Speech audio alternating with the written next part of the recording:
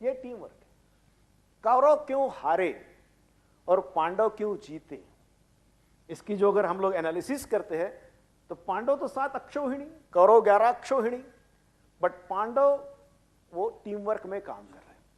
कौरव का सबका एक एक अकड़ है, वो भीष्म पितामह का अकड़ है कि मैं पांडव में से किसी को नहीं मारूंगा, और कोई स्त्री सामने आ गई तो मैं शस्त्र डाल दूंगा। अब ये युद्ध में कोई आवश्यक नहीं है, लेकिन उनकी अपनी अक्कड़।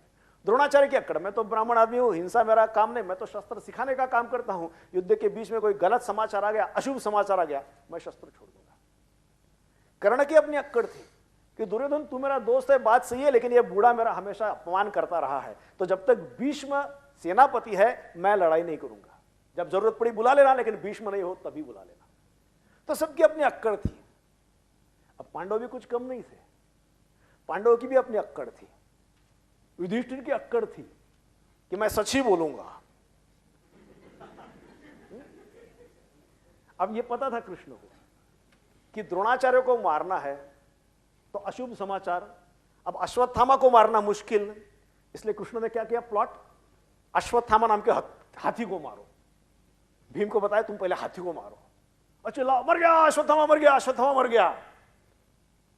तो वो द्रोणाचार्य के कान पर गया, तो जाने के बाद युधिष्ठिर तुमको पूछेंगे, तुम ये बताना कि नर ही था, तुमको पूछेंगे फाइनल कंफर्मेटरी टेस्ट, तो तुम बोलना अश्वत्थामा मर गया, नर था, ऐसे बोलना। अब ये युधिष्ठिर था ना, ये हाफ हार्टेड ही रहा, लेकिन बाकी लोगों को पता था ये हाफ हार्टेड है।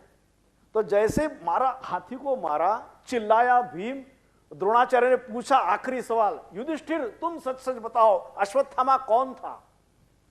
तो बड़ा प्रसिद्ध है उत्तर, अश्वत्थामा हतः नरोवा कुंजरोवा। हाफ हार्टेड ही था, लेकिन भीम को पता था ये गड़बड़ करने वाला है, इसलिए जैसे ही नरोवा उसने कहा, भीम ने भौ शंख बजा दिया, तो कुंजरोवा सुना ही नहीं दिया, और द्रोणाचार्य एनकाउंटर हो गए।